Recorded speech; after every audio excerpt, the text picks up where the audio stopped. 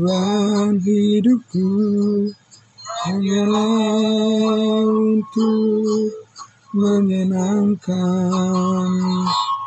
hatimu, hanyalah untuk menyenangkan hatimu.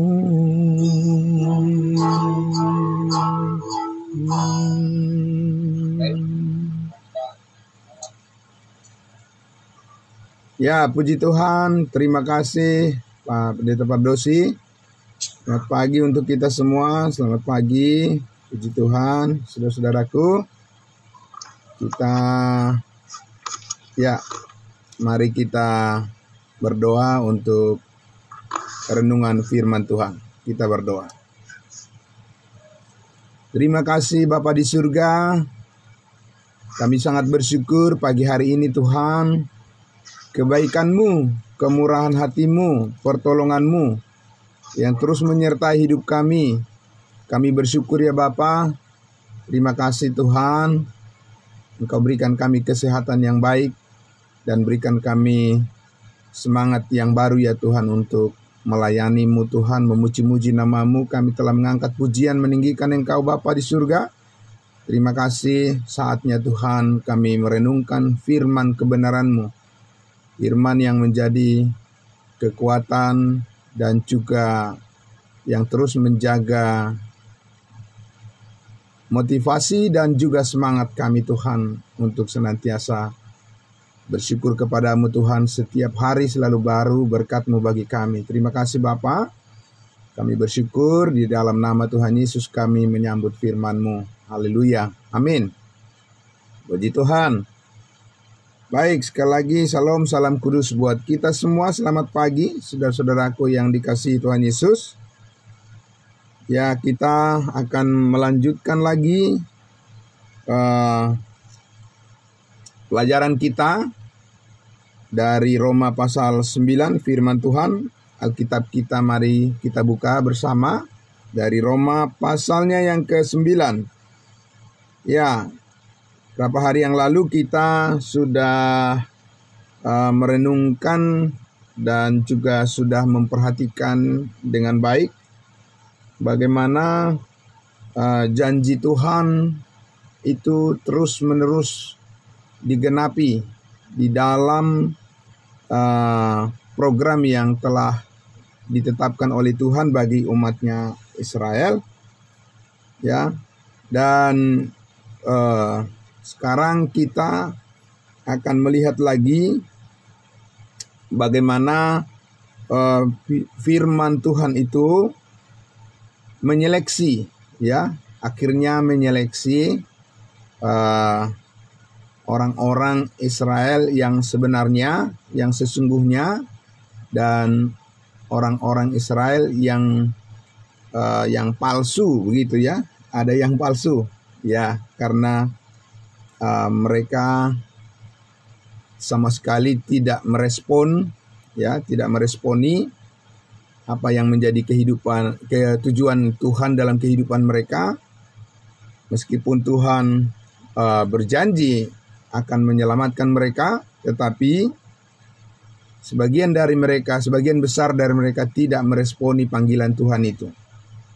Nah, kita membaca terlebih dahulu, Bapak Ibu Saudara, dari Roma pasal 9 ayatnya yang ke-6 sampai ayatnya yang ke-11. Firman Tuhan, Roma pasal 9 ayat 6 sampai ayatnya yang ke-11. Demikian firman Tuhan. Akan tetapi firman Allah tidak mungkin gagal. Sebab tidak semua orang yang berasal dari Israel adalah orang Israel. Dan juga tidak semua yang terhitung keturunan Abraham adalah anak Abraham. Tetapi yang berasal dari Ishak yang akan disebut keturunanmu. Artinya, bukan anak-anak menurut daging adalah anak-anak Allah, tetapi anak-anak perjanjian yang disebut keturunan yang benar. Sebab firman ini mengandung janji, pada waktu seperti inilah aku akan datang dan Sarah akan mempunyai seorang anak laki-laki. Tetapi bukan hanya itu saja. Lebih terang lagi ialah Ribka yang mengandung dari satu orang, yaitu dari Ishak, bapa leluhur kita. Sebab waktu anak-anak itu belum dilahirkan dan belum melakukan yang baik atau yang jahat, supaya rencana Allah tentang pemilihannya diteguhkan, bukan berdasarkan perbuatan, tetapi berdasarkan panggilannya. Ya, puji Tuhan, Bapak Ibu Saudara yang dikasihi Tuhan Yesus. Ya, di sini kita kembali lagi melihat bagaimana Rasul Paulus itu menjelaskan dengan baik, menjawab ya pertanyaan. Ya, kalau begitu, kalau Tuhan sudah berjanji menyelamatkan bangsa Israel, tetapi mereka ternyata gagal meresponi panggilan Allah tersebut, berarti firman Allah, janji Allah itu gagal, begitu. Ya. Nah, itu menjawab pertanyaan itu, Paulus dengan tegas mengatakan tidak mungkin gagal. Pemberitaan firman Tuhan itu tidak mungkin sia-sia. Pemberitaan Injil keselamatan itu tidak mungkin sia-sia. Ya. Mungkin banyak orang yang menolak, tetapi akhirnya juga kebenaran firman itu membuat kenyataan bahwa Tuhan menyeleksi, dalam arti karena respon manusianya menjadi nyata siapa yang percaya dan siapa yang tidak percaya. Nah, itu ya, menjadi nyata siapa sebenarnya keturunan Abraham yang sungguh-sungguh itu adalah yang percaya kepada Allah, yang percaya kepada Mesias, dan siapa sebenarnya yang tidak. Ya. Nah, jadi di sini kita lihat bahwa walaupun Allah berjanji kepada Abraham, Ishak dan Yakub bahwa mereka dikaruniakan ya janji Tuhan untuk menjadi umatnya selama-lamanya, tapi tidak secara otomatis dengan kelahiran jasmani, ya, dengan kelahiran secara daging, tidak otomatis, tidak dengan sendirinya bahwa mereka adalah anak-anak Allah. Nah, itu, maka untuk itulah perlu diberitakan firman kepada mereka secara terus-menerus. Ya.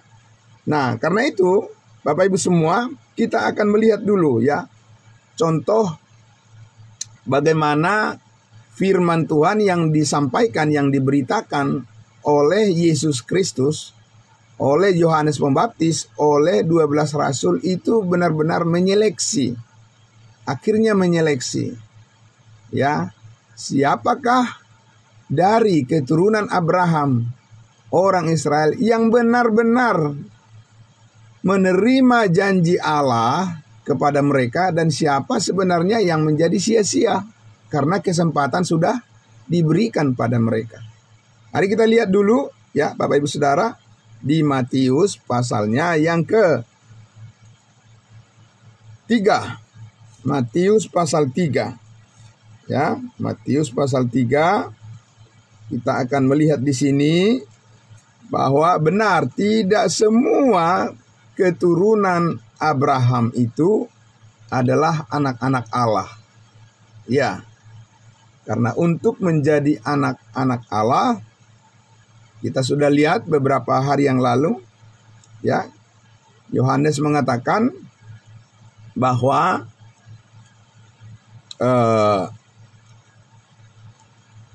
setiap orang yang menerimanya, setiap orang yang percaya, ya, diberi kuasa untuk menjadi anak-anak Allah. Ya, yang menerimanya, yang percaya. Nah, sekarang kita lihat bahwa begitu banyak ya dari keturunan Abraham itu, meskipun mereka sudah dijanjikan oleh Allah menerima kerajaan surga, tetapi mereka menyia-nyiakannya. Ya, kita lihat di Matius pasal 3. Saya akan membaca mulai dari ayatnya yang ke-5. Nah, ini ayat 5. Matius pasal 3. Maka datanglah kepadanya, kepada Yohanes Pembaptis, penduduk dari Yerusalem, dari seluruh Yudea dan dari seluruh daerah sekitar Yordan. Banyak sekali ya yang datang. Lalu sambil mengaku dosanya, mereka dibaptis oleh Yohanes di sungai Yordan. Tetapi waktu Yohanes Pembaptis, melihat banyak orang Farisi dan orang Saduki datang untuk dibaptis, berkatalah ia kepada mereka, "Hai kamu keturunan ular beludak, siapakah yang mengatakan kepada kamu bahwa kamu akan dapat melarikan diri dari murka yang akan datang?" Ya, itu ya. Jadi rupanya Yohanes Pembaptis di sini sudah menduga ya. Dia sudah melihat bahwa orang-orang Farisi dan ahli Taurat ini datang pura-pura gitu ya. Bukan karena sadar mereka ingin menerima firman Allah. Ya, ayat 8. Jadi hasilkanlah buah yang sesuai dengan pertobatan. Dan janganlah mengira bahwa kamu dapat berkata dalam hatimu, Abraham adalah bapa kami. Karena aku berkata kepadamu, Allah dapat menjadikan anak-anak bagi Abraham dari batu-batu ini. Ya, luar biasa, keras sekali ya.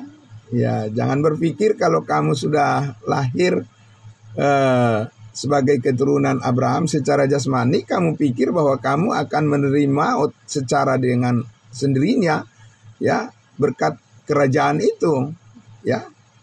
Gitu ya. Kecuali kamu percaya kepada Mesias yang dijanjikan oleh Allah, maka kamu akan terpenuhi menerima ya apa yang dijanjikan Tuhan, berkat yang dijanjikan Tuhan. Begitu. Ayat 10. Kapak sudah tersedia pada akar pohon, dan setiap pohon yang tidak menghasilkan buah yang baik pasti ditebang dan dibuang ke dalam api. Nah, itu merupakan suatu pernyataan yang keras sekali dari Yohanes Pembaptis ya. Jadi jangan mereka berpikir bahwa secara keturunan mereka otomatis akan diselamatkan. Sama seperti sekarang ini, orang beragama Kristen berpikir bahwa secara keturunan, ya kan, dari nenek moyang sudah menjadi agama Kristen, apakah otomatis dia sudah selamat? Tidak. Mesti harus mempercayai Injil kasih karunia Allah. Amin. Mesti harus mempercayai Injil keselamatan, yaitu Yesus mati menghapuskan segala dosa. Yesus telah membayar lunas ya segala dosa, dan Yesus sudah membenarkan dengan cuma-cuma setiap orang yang percaya harus menerima pencurahan darah Yesus Kristus dan pengorbanannya di atas kayu salib, kematian, penguburan dan kebangkitannya.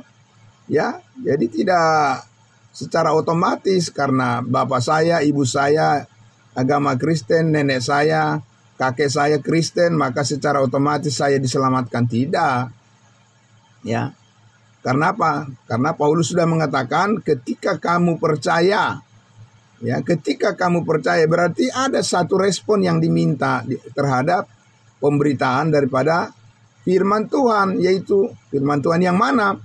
Ya, Injil kasih karunia katanya, ya, kata Paulus. Injil keselamatan ketika kamu percaya dimeteraikan dengan Roh Kudus. Nah, jadi sama seperti orang-orang Israel ini, Bapak Ibu Saudara, mereka berpikir karena mereka keturunan Abraham, ya, mereka berpikir bahwa dengan sendirinya mereka akan menerima kerajaan sorga, akan menerima berkat-berkat yang dijanjikan oleh Tuhan kepada Abraham. Tidak, mereka harus masuk kepada apa yang menghubungkan mereka ke dalam kerajaan sorga, yang menghubungkan mereka ke dalam keluarga Allah, yaitu mereka harus percaya, mereka harus beriman, ya.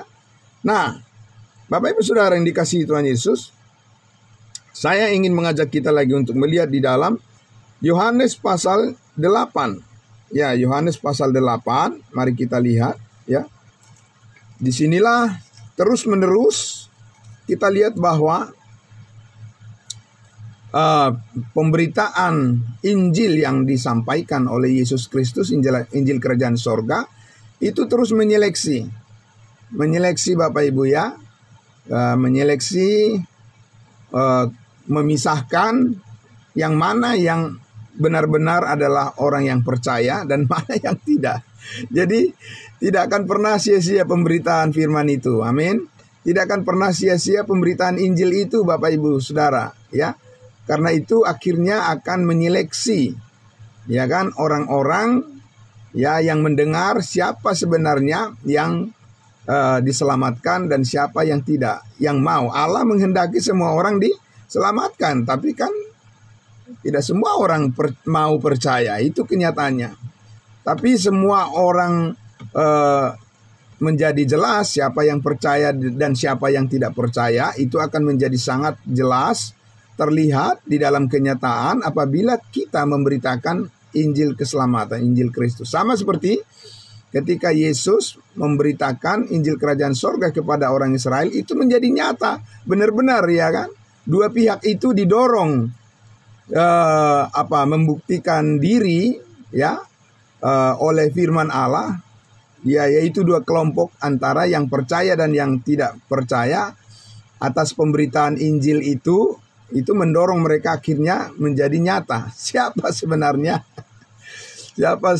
Siapa lawan, siapa kawan, begitu ya? Iya, begitu.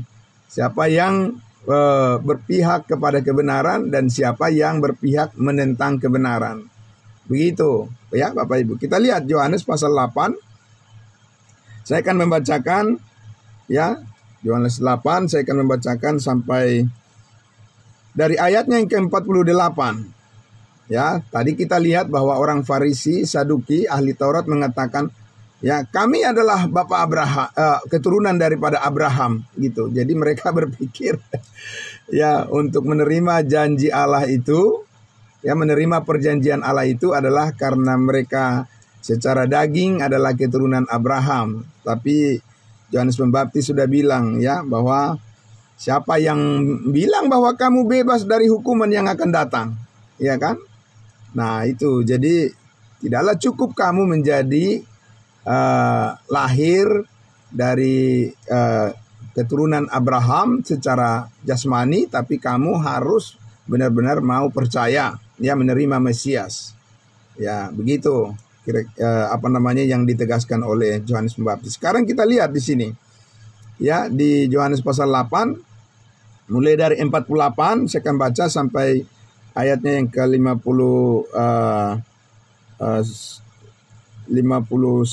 ya. Nah, di situ judul perikopnya dikatakan, ada tertulis di situ, Yesus sudah ada sebelum Abraham. Nah, ini penting ya. Nah, kita lihat dulu ayat 48. Orang-orang Yahudi menjawab Yesus, bukankah benar kalau kami katakan bahwa engkau orang Samaria dan kerasukan setan? Nah, tuh ya. Jadi dengan pemberitaan Injil Kerajaan Sorga yang disampaikan oleh Tuhan Yesus, maka keluarlah yang tadi tuh ular beludak itu, ya kan? Keturunan ular beludak. Jadi keluarlah mereka menunjukkan kepalanya bahwa mereka itu memang orang-orang yang sengaja memilih untuk tidak mau percaya. Nah itu, ya ini buktinya nih. 49, jawab Yesus, aku tidak kerasukan setan, tetapi aku menghormati Bapakku dan kamu tidak menghormati aku. Tetapi aku tidak mencari hormat bagiku.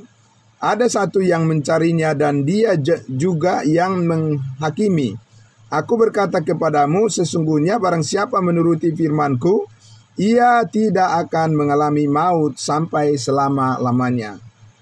Jadi jelas sekali di sini Yesus menegaskan kepada orang banyak ini, orang-orang yang tidak percaya ini, bahwa mereka tidak akan lepas dari kuasa maut, ya, kalau mereka tidak mau mempercayai Yesus Kristus, firman yang disampaikan oleh Yesus Kristus pada mereka. Ayat 52. Kata orang Yahudi kepadanya, sekarang kami tahu bahwa engkau kerasukan setan. Sebab Abraham telah mati dan demikian juga nabi-nabi. Namun engkau berkata barang siapa menuruti firmanku, ia tidak akan mengalami maut sampai selama-lamanya. Adakah engkau lebih besar daripada bapa kita Abraham yang telah mati? Nabi-nabi pun juga telah mati. Dengan siapakah engkau samakan dirimu? Jadi mereka percaya kepada Abraham, ya, mereka percaya juga kepada nabi-nabi, tapi mereka tidak percaya pada Yesus, gitu ya. Jadi saudara-saudara, nah di sini kita lihat bahwa orang-orang Farisi, orang-orang ahli Taurat dan Saduki ini berusaha memisahkan Yesus Kristus dari nubuatan daripada nabi-nabi perjanjian lama. Ya, mereka berusaha memisahkan Yesus Kristus dari keturunan yang dijanjikan kepada Abraham, yang menjadikan mereka menjadi saluran berkat bagi bangsa-bangsa di bumi ini. Ya, bahwa mereka lupa, mereka tidak sadar bahwa masa depan mereka ada pada Yesus. Yesuslah yang menentukan, Mesiaslah yang menentukan masa depan mereka. Mereka malah yakin bahwa Abraham itulah yang menyelamatkan mereka dan nabi-nabilah yang menyelamatkan mereka. Mereka tidak tahu, tidak sadar bahwa Abraham dan nabi-nabi pun itu pengharapan mereka hanya bisa diwujudkan apabila Mesias datang ke tengah-tengah mereka suatu hari kelak pada saat kedatangan Yesus yang kedua kali. Kita lihat ya. Ayatnya yang ke-54. Jawab Yesus, jikalau aku memuliakan diriku sendiri, maka kemuliaanku itu sedikit pun tidak ada artinya. Bapakulah yang memuliakan aku. Tentang siapa kamu berkata dia adalah Allah kami, padahal kamu tidak mengenal dia, tetapi aku mengenal dia. Dan jika aku berkata aku tidak mengenal dia, maka aku adalah pendusta sama seperti kamu. Tetapi aku mengenal dia dan aku menuruti firman-Nya. Abraham bapamu bersukacita bahwa ia akan melihat hariku, dan ia telah melihatnya dan ia bersukacita.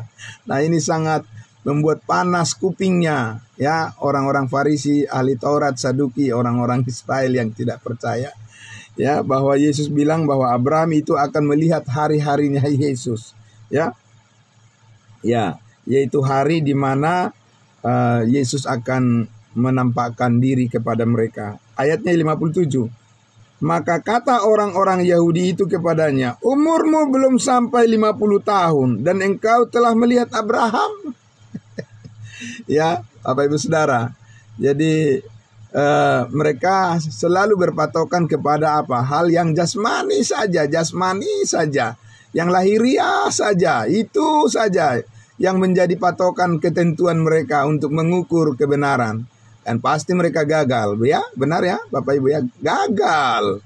Ya, mengukur kebenaran tidak boleh dinilai dari hal-hal yang lahiriah, yang jasmani, yang duniawi, yang materi dan sebagainya. Tidak. Ya, maka kata Yesus kepada mereka, aku berkata kepadamu, sesungguhnya sebelum Abraham jadi, aku sudah ada, aku telah ada. Ya, luar biasa. Mereka tidak sadar bahwa yang di hadapan mereka itu adalah Allah itu sendiri. Amin. Mereka tidak sadar bahwa yang di hadapan mereka itu adalah Mesias yang menyelamatkan mereka. Ya. Sama seperti sekarang ini. Mereka ketika kita memberitakan Injil kasih karunia Allah, Injil keselamatan, Paulus katakan, ya, tidakkah kamu melihat bahwa kami telah melukiskan Yesus Kristus dengan terang benderang di depanmu, di hadapanmu? Tidakkah kamu sadar itu? Kata Paulus kepada jemaat Galatia. Jadi melalui pemberitaan Injil kasih karunia Allah, wajah Kristus saat ini dilukiskan dengan terang benderang. Ya, sehingga kalau orang yang menolak Injil kasih karunia Allah, Injil keselamatan saat ini, mereka adalah sama dengan menolak Yesus Kristus. Amin. Ya, seperti itu Bapak Ibu sekalian. Jadi, ya pada akhirnya terseleksi juga siapa orang yang diselamatkan, siapa yang tidak. Bukan Allah tidak mau menyelamatkan semua orang, tentu saja, tapi kan respon itulah yang menentukan. Amin. Kesempatan yang diberikan itu oleh Tuhan sama kepada semua orang, tapi tidak semua orang mempunyai respon yang sama. Nah, itu kembali kepada masing-masing, ya. Akhirnya, ya, hidup adalah pilihan. Amin. Ya, siapa yang memilih percaya kepada firman Allah, siapa yang memilih percaya kepada Injil kasih karunia Allah, ketika kamu percaya dimeteraikan dengan Roh Kudus, ya. Ketika kamu percaya, ketika kamu terus memilih, sesudah kamu percaya untuk tetap setia kepada firman Allah, maka kamu akan terus dikuatkan. Begitu ya. Ketika kamu memilih untuk tidak setia, untuk tetap menerima dan mendengarkan dan menghidupi firman Allah, semua ada konsekuensinya. Nah, Bapak Ibu Saudara, tapi yang kita lihat di sini adalah bahwa tidaklah pernah sia-sia. Ya, kembali lagi ke kitab Roma tadi ya. Itu yang Paulus katakan di ayat 6 itu tadi. Akan tetapi firman Allah tidak mungkin gagal, tidak mungkin gagal ya.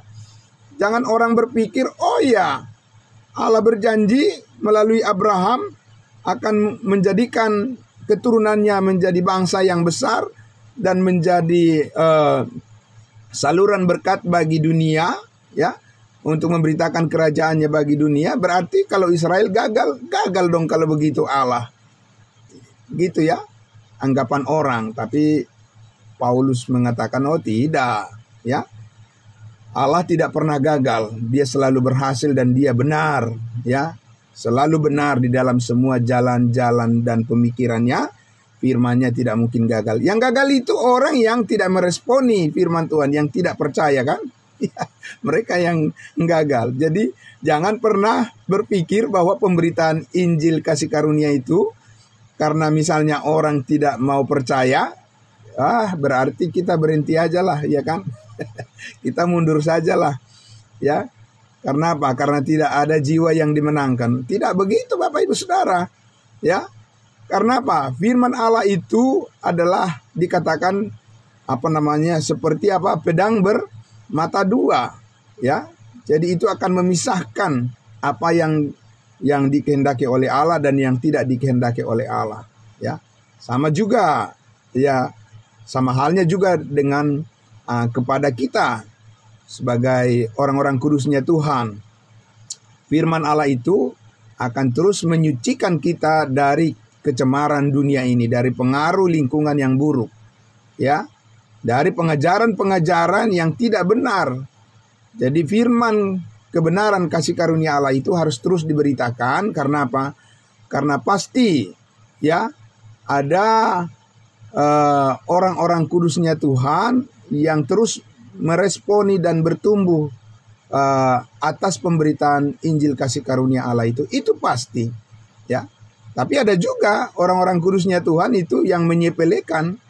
Ada juga orang-orang percaya itu yang menganggap bahwa tidak terlalu penting mereka untuk terus diperbaharui oleh firman Allah. Dan itu sudah menjadi pilihan mereka. Sudah tanggung jawab masing-masing. Karena apa? Karena semua pilihan itu pasti mengandung konsekuensi. Amin. Orang yang percaya, yang selalu setia kepada kebenaran, orang kudusnya Tuhan, yang selalu setia bertumbuh di dalam pengenalan akan kasih karunia Allah, Paulus sudah dengan lengkap menyampaikan bahwa mereka akan menerima, ya, mahkota emas, perak, batu permata, ya, di mana Tuhan akan mengaruniakan sukacita yang besar kepada setiap orang yang percaya, yang terus mau bertumbuh di dalam pengenalan akan kasih Kristus. Jadi kembali kepada pilihan masing-masing. Tapi bagaimana itu akan menjadi sangat jelas, dan bagaimana semua fakta itu akan menjadi sangat menjadi diperjelas di dalam alam kenyataan fakta kehidupan ini adalah apabila terus-menerus diberitakan firman Allah. Karena firman Allah tidak mungkin gagal. Amin. Ya, itu maksudnya Paulus tadi di Roma 9 ayatnya yang ke-6 itu. Akan tetapi firman Allah tidak mungkin gagal. Sebab tidak semua orang yang berasal dari Israel adalah orang Israel. Dan juga tidak semua yang terhitung keturunan Abraham adalah anak-anak Abraham. Tetapi yang berasal dari Ishak yang akan disebut keturunanmu. Artinya bukan anak-anak menurut daging adalah anak-anak Allah, tetapi anak-anak perjanjian yang disebut keturunan yang benar. Ya, kita tahu bahwa Abraham juga mempunyai anak-anak atau keturunan dari dari pembantunya itu ya, yang dia kecelakaan itu dari Hagar ya kan? Ya, itu apakah secara otomatis keturunan daripada Hagar itu akan menerima perjanjian Allah? Ya tidak. Karena Allah menaruh perjanjian itu adalah melalui keturunan Abraham, yaitu Ishak. Ya. Nah, itu. Jadi tidak mungkin Tuhan keliru dalam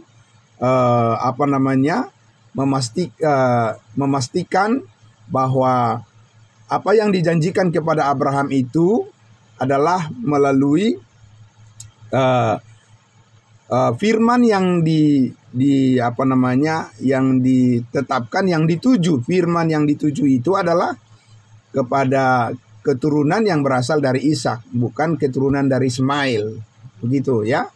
Itu. Dan bahkan juga keturunan dari Ishak pun tidak serta-merta bahwa mereka semuanya akan menerima kerajaan surga, kecuali mereka mau percaya, ya. Mereka diberi kuasa untuk menjadi anak-anak Allah.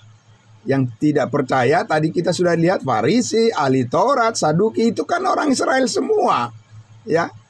Tidak secara otomatis mereka menerima ambil bagian di dalam kerajaan surga. Karena apa? Ya, mereka adalah orang-orang yang menyia-nyiakan janji Tuhan, menyia-nyiakan kesempatan yang diberikan oleh Tuhan kepada mereka, dan mereka menolak Mesias. Mereka menyalibkan Yesus Kristus, otomatis ya, dosa-dosa mereka itulah yang membawa mereka kepada kebinasaan kekal. Jadi, Bapak Ibu Saudara yang dikasihi Tuhan Yesus, sangat luar biasa penjelasan daripada Rasul Paulus tentang ya masa depan daripada bangsa Israel itu. Ya, itu benar-benar ditentukan oleh Mesias, ditentukan oleh Yesus Kristus tentunya ya. Tetapi pemberitaan firman itu sangat penting disampaikan secara terus-menerus. Karena itu akan menyeleksi ya siapa orang yang diselamatkan dan siapa yang tidak. Karena apa? Karena tergantung pada respon daripada masing-masing orang. Tapi apa yang mau direspon oleh orang-orang kalau tidak ada pemberitaan firman Allah? Mereka tidak mempunyai pilihan, hanya satu pilihannya. Mereka tidak tahu memilih, kan begitu ya? Tapi kalau firman Allah disampaikan, semua orang bisa berpikir dan mempertimbangkan mau percaya atau tidak. Karena iman timbul dari pendengaran, dan pendengaran akan firman Kristus ya. Dan berbahagialah setiap orang yang mau percaya, berbahagialah setiap orang yang mau meresponi firman Tuhan, karena merekalah yang diberkati ya. Jadi kembali lagi sekali lagi tadi kita lihat respon daripada sebagian daripada orang-orang Israel, bahkan sebagian besar itu konyol respon mereka. Ya, kenapa konyol? Mereka bilang kepada Yesus bahwa kami adalah keturunan Abraham. Ya, jadi mereka ingin mengatakan kami tidak butuh Mesias, kami hanya butuh Abraham. Padahal Abraham pun dan nabi-nabi pun mereka itu menjadi berarti, hidup mereka menjadi berarti, mereka akan menjadi pengambil bagian di dalam kerajaan sorga itu adalah karena mereka mendapat perkenanan dari Yesus Kristus, dari Mesias ya. Salah kaprah mereka mengutamakan yang bukan yang utama, dan akhirnya mereka menjadi penyembah berhala ya. menyembah akal pikiran dan konsep mereka sendiri, ya, yang mereka bangun sendiri, yaitu kebenaran mereka sendiri. Maka kalau kita lihat di pasal berikutnya nanti, di pasal 10 itu kan Paulus katakan, aku berdoa ya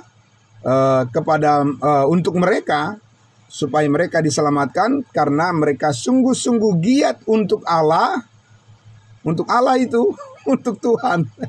Sungguh-sungguh sangat giat, sangat luar biasa keaktifannya, setia, tekun luar biasa. Tapi Paulus katakan tanpa pengertian yang benar.